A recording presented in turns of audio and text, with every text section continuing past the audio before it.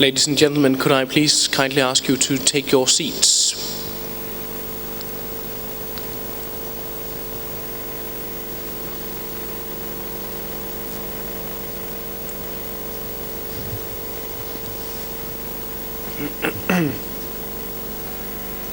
Ladies and gentlemen, please take your seats.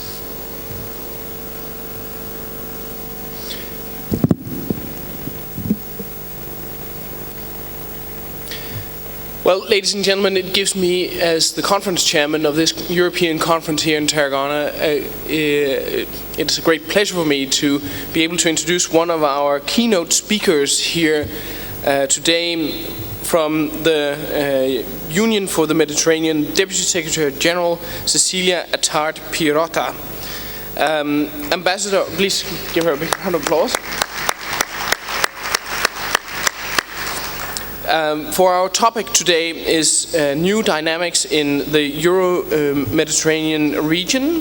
Can the Secretariat of the Union for the Mediterranean play a role? And I can tell you that Ambassador Cecilia Attard-Pirotta holds a Bachelor in Public Administration from the University of Malta and a Master's in Diplomacy from the University of the Mediterranean Academy of Diplomatic Studies. She started her career in foreign affairs as a student worker in 1983, subsequently joining the administrative stream and later the diplomatic service, where she occupied a number of positions within the Ministry of Foreign Affairs.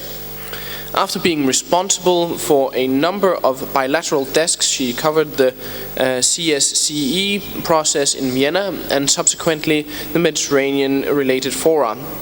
In 1999, she was appointed director, responsible for bilateral relations within the Ministry of Foreign Affairs, until being appointed ambassador to Malta, of Malta to Spain in 2002, and made history by being appointed Malta's first woman ambassador resident overseas. In 2004, she was appointed the first woman permanent secretary for the Ministry of Foreign Affairs within the public service, a post that she occupied until 2010. In 2010, Ambassador Pirotta was appointed Deputy Secretary General of the Union for the Mediterranean. She is responsible for the Division of Social and Civil Affairs at the Secretariat. And I am very honored that she is gracing us with her presence here today. And please, once again, big a warm round of applause for our keynote speaker today.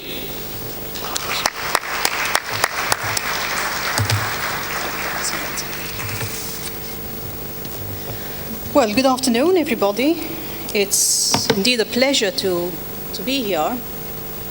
I think it offers an excellent opportunity for me to share with you the views, the challenges that we at the Secretariat of the UFM are looking at.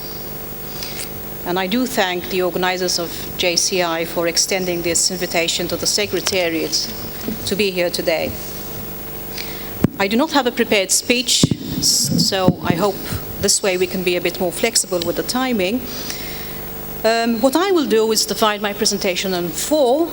I'll go through some very brief history. We'll talk a bit about the dynamics in the region, particularly in North Africa.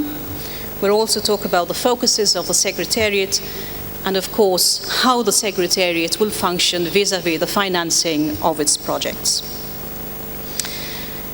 So the UFM is actually taking over what was known as the Barcelona process. You will remember that in 1993 we had the Oslo Accords. There was a sense of optimism. There was also the stray of hope that the Mediterranean could get together and really work together.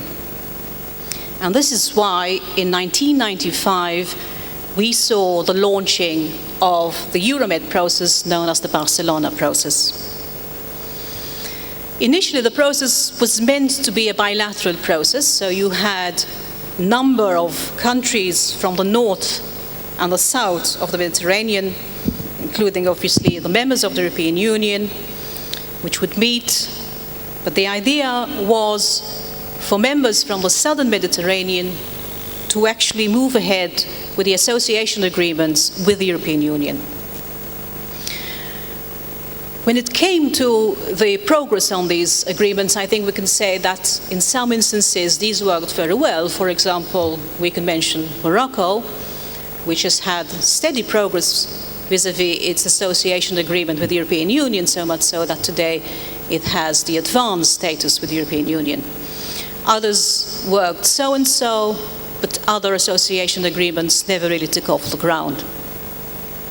I would say on the multilateral sphere, progress was much slower and possibly very little was achieved.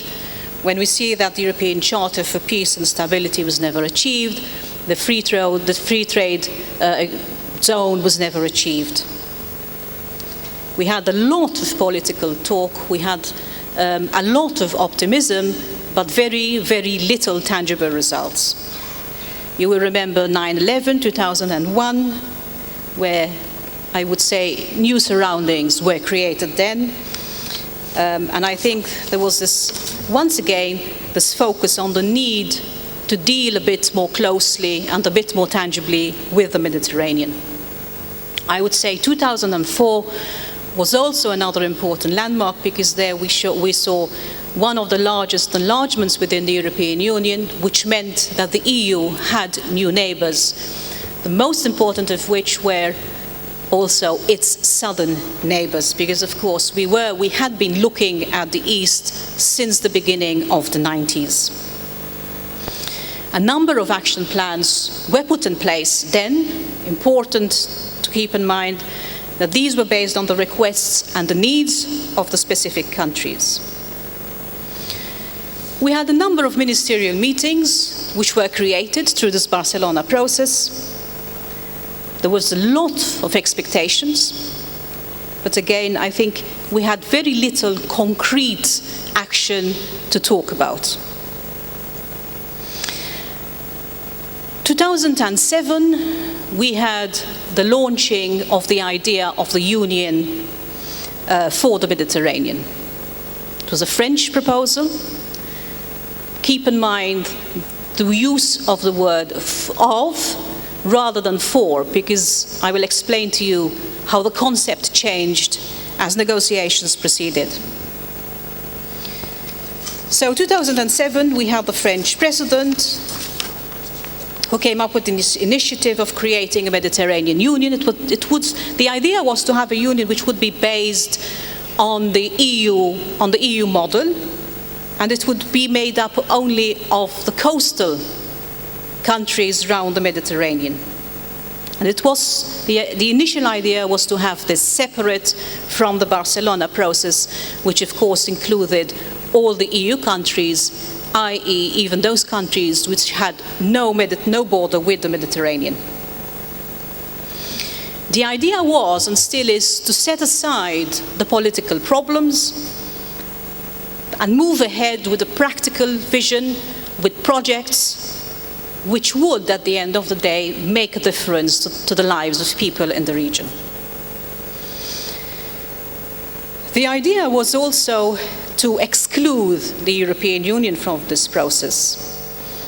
And the initial idea did find some barriers, because countries were saying, but how can you have a multilateral structure which would use funds from the European Union and yet the EU or members of the EU not be part of the process? There were also fears that in this way, two factions would be created within the European Union. You would have those which would lead the East Europeans, and you have those which would lead the Southern Mediterranean. At the end of the day, the idea was transformed. We had the removal of the word of for, and therefore in 2008 we saw the birth of the Union for the Mediterranean. And this has been now made up of 43 member states, states who are members of the European Union, members from the Arab League, and others like Montenegro, Monaco, Turkey, etc. Now, what was new about this idea. I think there are possibly 4 important issues to highlight. One, there was the creation of the co-presidency, which meant we had the presidency coming from the EU and we had the presidency coming from the southern Mediterranean countries, most of which are members of the Arab League. And therefore, this gave the sense, in a practical way, in a visible way, of an increase of ownership of the process. It also meant that both sides had to be a bit more coordinated in their efforts and in their discussions. It also envisaged the upgrading of at the political level. So basically here we had the creation of the summit, which meant the meeting of the heads of state once every 2 years. And on a lesser level, it was foreseen to have the meetings of the foreign ministers once a year. The summits would create and approve the 2-year program that the Secretariat would work on, while the foreign ministers, on a yearly basis, would take stock of the work which has been done, take stock of the situation on the ground, and prepare the agenda for the summits. I think the idea also tried to make the relationship a bit more visible and a bit more tangible through the creation of tangible projects. And we also had, for the first time, the creation of the institutional structures, i.e. the Secretariat of the Union for the Mediterranean. There was also one other very interesting idea which foresaw the partnership between the public and the private players. The idea here was that projects would be financed by private sector, be them banks, being financial institutions, entrepreneurs, being what it may. Now the UFM and the UFM Secretariat is actually governed by a number of documents. We have the Paris Summit, which took place in July 2008, the Marseille Declaration, November 2008. The Secretariat has its own statute, its budget, a clear work program for 2011, and the most important document is, of course, the project guidelines, which basically walk us through what needs to be done in order for the Secretariat to look at, approve, and label projects. The beginning of the process was not without any difficulties and challenges. We had, needless to say, the ongoing conflict in the region. We had the global economic and financial crisis, which hit Europe very hard. And we had a whole discussion about the status of the Arab League within the UFM process. I think one of the biggest issues was, of course, the ongoing conflict, because this really brought to a halt the whole process. Don't forget, the process was actually launched in 2008, and I would say the Secretariat didn't start functioning before August 2010, which meant we nearly had a two-year lull. Because of the situation, we saw a number of meetings, and I don't mean just ministerial meetings, but I am also looking at senior official meetings which were cancelled. We had a number of ministerial meetings which were cancelled. We had a number of meetings which met, but no conclusions could be agreed to. And I think many see the meeting which took place in Paris towards the end of 2008 as really the meeting which managed to unblock the situation. However, we have to keep in mind that we had a new situation developing towards the end of 2008, beginning of 2009, where we had the attack in the Gaza Strip. And there, once again, the process came to a complete halt. Let me touch a bit on the Secretariat of the UFM, which is really where I come from. Now, the Secretariat, I think, is one of the most important structures of the UFM process. One, because it is an institution, and through this institution we will ensure continuity. And two, because it is a Secretariat which has been entrusted with carrying out concrete and visible projects. As I said, the idea is for the Secretariat to leave aside the political barriers that exist within the region. Now, just how possible that is another debate. And I think we will find out very soon just how difficult or how possible it really is to embark on tangible projects within the region, setting aside the political situations. The Secretariat is really divided into 6 units, dealing with specific themes. The themes were actually identified by the summit meeting, which took place in 2008. I said that the summit meetings were supposed to take place every 2 years, so one would have assumed that we would have had a summit meeting last year. As some of you might know, it was targeted to take place in June last year. It was then postponed to November last year. But we are now in June 2011, and the summit has not taken place simply because the situation in the Middle East is not right and does not allow for the summit to take place. The themes in particular are water, the depollution of the Mediterranean, transport and urban development, social and civil affairs, alternative energies, specifically the Mediterranean Solar Plan, higher education and research, and the Mediterranean business initiatives. Now, what is really the mission or the mandate of the Secretariat? It is very simple. Really, it is to identify, to follow up, to promote, and to search for funding for the project implementation. So one important aspect to keep in mind is that the Secretariat does not have a budget to finance projects, but the Secretariat has a mandate to look for financing of such projects, as I said earlier, via the input of private entrepreneurs, private companies, banks, financial institutions, etc. I would say that the main aspects here, and projects in particular, would allow or should allow for the transfer of technology, the building of capacities, laying the ground for financing of projects, ensure social cohesion, and of course, at the end of the day, generate economic cooperation.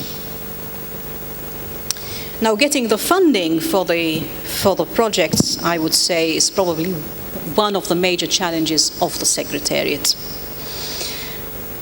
We have been engaged over these past couple of months in meetings with the World Bank, the EIB, other smaller banks and private entrepreneurs to see what sort of interest they would have in financing projects in the region.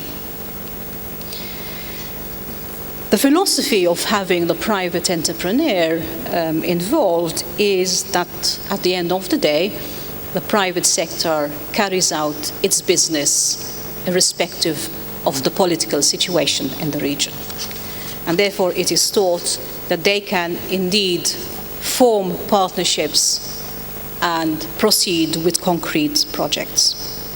Now, one other important aspect of the way the Secretariat will work is what is being termed as variable geometry. This means that projects need not involve the entire region, the entire members of the UFM, i.e. the 43 member countries, but one can very easily work in different concentric circles. And this, we hope, would allow the Secretariat to embark on something which is tangible. However, I think it is very, very important for the Secretariat to have a clear focus and clear goals, because I think it is only in this way that we can be effective, efficient, relevant to the day, and of course leave the impact that we wish to leave. Let us have a quick look at some of the observations in the region following the events we have been seeing since the beginning of the year. So we had a number of protests which developed into revolutions, and clearly now there is this move towards democracy.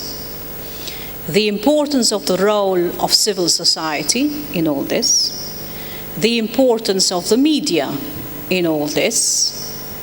Al Jazeera, for example, was present minute by minute wherever the situations were evolving. And I think we also had this role of the networks. The Facebook, Twitter, internet in general, where in spite of all the controls we had, these could not be stopped from working. And they definitely became very popular because I think individuals, possibly for the first time in their lives, could really participate in mapping out what they wanted for themselves. Clearly there was a call to change from what was to what it should be. There was a call for a change on the political level for sure, but what is of interest to us is really on the social level, a call to stop poverty, to stop corruption, and also to have the right of self-determination. And I think what is interesting here is that the status quo now exists no longer. Maybe many of us have this view that the Arab world was very passive, that it accepted whatever came its way, but undoubtedly this has changed, and undoubtedly now public opinion has started to matter, and public opinion has to be taken on board. Clearly, as we know, there are challenges and obstacles still ahead, and I think all of us working in the region have this duty not to suffocate what is happening, but to lend a helping hand and see how we can carry these changes forward. Changes, I think, which are looking at economic, institutional, political, and social rehabilitation. The situation in the Middle East has not changed very much. I don't think we need to get into details there, also following the events of 2-3 weeks ago. I was in the Middle East myself a couple of weeks back, and it was interesting to note the various perceptions, the various ideas, and the various feelings from the people in the region with regards to what is happening in North Africa. You certainly have those that hope that the revolutions going on in North Africa will trickle down to the region and also bring with them the winds of change in the Middle East. But you also had those who have very serious concerns, particularly with regards to instability and security in the region.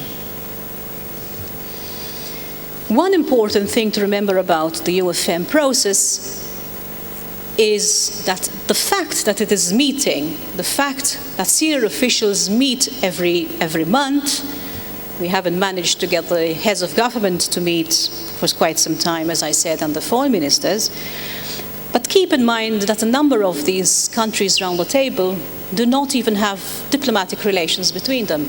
Indeed, some of them do not even have a peace treaty signed between them. So the fact that they are sitting around the same table, the fact that they are communicating around the same table, I think, is already a step in the right direction. The importance of communication. I was sitting in the session before this, and I realized that, we do talk of the same themes. We're talking in terms of negotiations, we're talking in terms of ambassadors, we're talking in terms of networking, capacity building, but how important communication is. Because we do not draw up policies, we do not get ideas by closing ourselves in a little box. But we do this by exchange of views and by debate. If we look at Europe, I think we don't need to say much about what is going on in Europe. We have had little growth over the past years, and most countries have been engaged internally trying to solve their own public deficit, trying to recover from the financial situation, the financial crisis. The consequences of all this, particularly in North Africa. One, we have had a halt in the economic growth in the southern Mediterranean. Results show that over past years, some positive results were achieved, but obviously all this has now been lost. We have seen a large reduction of foreign investments and cash flow, particularly from tourism and also remittances. If we look, for example, at what is happening in Libya, where you had so many foreign workers, Egyptians, Tunisia, who had to flee the country because of the situation there, do keep in mind that most of these individuals were actually sending money back home. And all this has come to a standstill, compounded by the fact that all these workers have returned home to, unfortunately, no employment. I mean, we are talking in terms of thousands of individuals, which certainly compound the situation of poverty and unemployment. We also have witnessed a discontinuity of governance.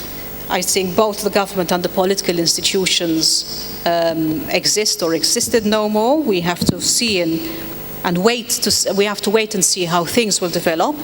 But we also have very weak and fragile institutions at the moment, and of course, experience has shown that in such situations you are never too aware or possible to predict how these will develop.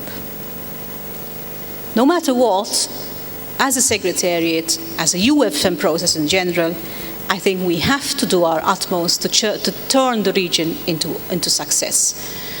The region must offer the opportunities for investments, trade opportunities, rather than be seen as a region which offers unrest, insecurity, and movement of peoples.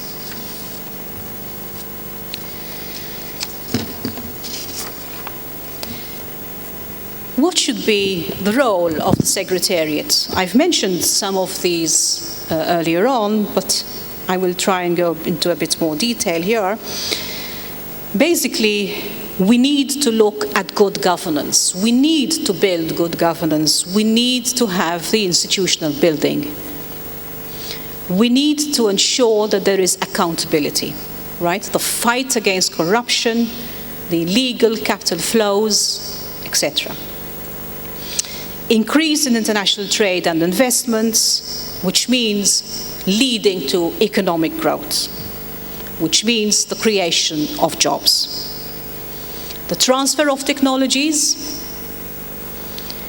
inclusive social and gender policies, the development of both the public and the private sectors, promoting public and private partnerships, and education, a key if we want to move forward in the region. And from what I have learned, from what I have seen, I think there is so much need to match the supply and the demand of skills. Definitely, countries need to be better equipped in order to be able to respond to the challenges and the changes in the labor market. And I think we need to start tapping on the human resource.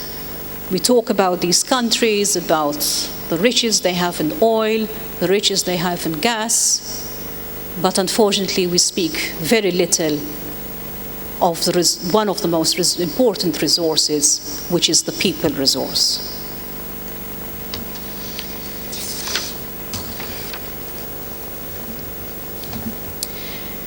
How important is development for the Secretariat? From what I have stated, you will realize that the Secretariat of the Unit for the Mediterranean is basically a development tool. So development for us is something we have to look at very, very carefully. And development, I think, is necessary if the Secretariat, if the UFM process is to be a success. Clearly, there is a link between stability and security and development. And there cannot be sustainable development without peace and security. We need to create the right environments, and we need to bring about social change. But this will also be a very big challenge for Europe, because, for example, we will definitely see more mobilization of resources, more mobilization of investments, and possibly also the reallocation of businesses from Europe going down to the southern Mediterranean. What is essential for development? One, you need the general and the genuine political willpower to move ahead. I am one of those who firmly believes in the role of civil society. Yet civil society on its own cannot get the desired results. You need the government institutions to be also a catalyst in this move. You need to create the right business environment, investing in education, in infrastructure, and possibly we also need to change our traditional methods of negotiations, maybe be less conditional in what we offer. And of course, also important is to move away from government to government and move towards government, people to people.